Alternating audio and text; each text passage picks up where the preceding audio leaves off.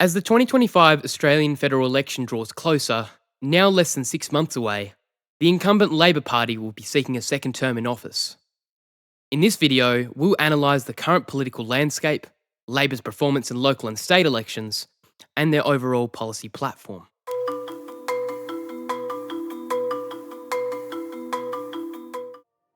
The Australian Labor Party, or simply Labor, is Australia's oldest political party, with deep roots in the workers' rights and trade union movements of the late 19th and early 20th centuries.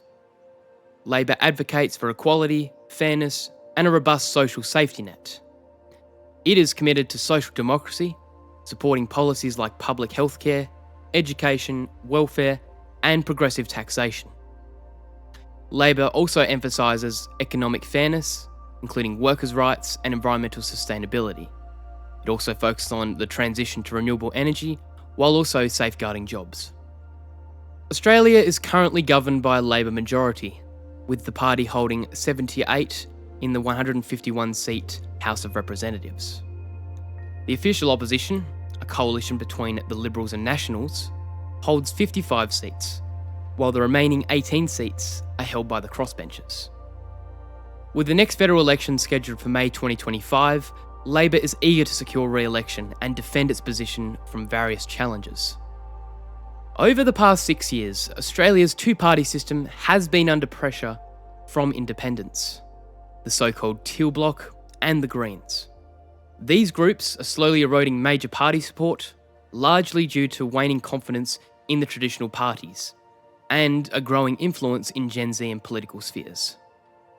As more young voters enter the political arena, their priorities are increasingly shaping the national discourse. During Labor's administration, they've been able to deliver up to 40% of their election commitments, according to the ABC. However, the party faces significant challenges. The high cost of living, immigration issues, inflation, and controversial social policies, such as digital ID, misinformation bill, and the under-16 social media ban, have left it vulnerable to criticism. The coalition has also argued that Labor's efforts to address the housing crisis has fallen short, citing increased regulations and delays in materialising promised investments. If Labor is to win the next election, they'll have to provide more incentives and fulfilments of election commitments, especially to younger voters, while minimising the opportunity for the coalition to exploit their failures. Potential interest rate cuts by the RBA, which isn't controlled by the Parliament, could sweeten the deal for voters, which would relieve cost of living pressures and help the economy grow again, and most importantly for Labor, boost their support in the polling numbers. If we look at Labor's voter base, it's predominantly made up of middle-aged individuals, women, and groups such as Gen Z.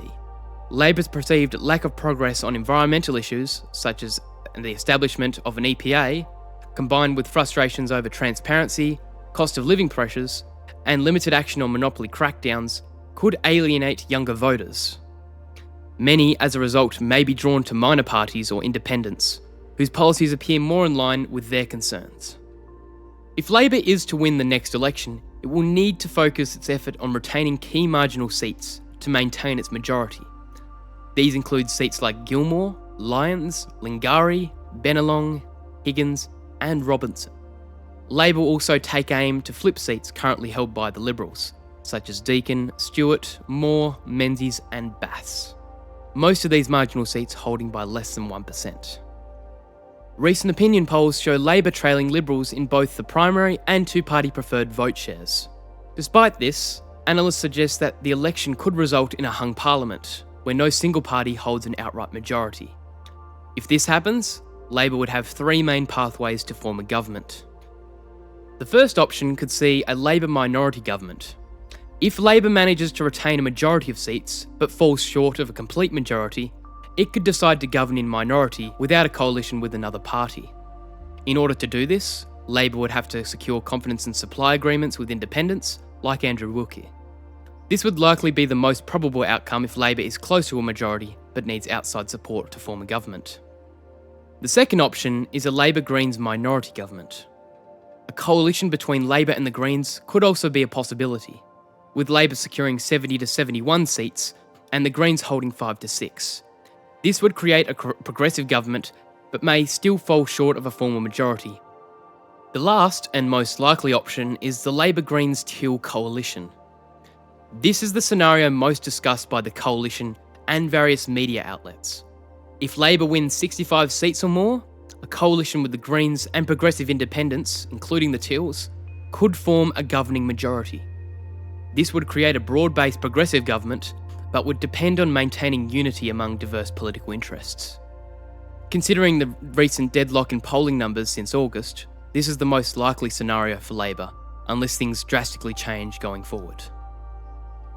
However, if we look at this year's state and territory elections, there's been an increasing trend of losses to Labor, seeing both the Northern Territory and Queensland flipping to the CLP and LNP, while Tasmania continued to maintain its minority Liberal government.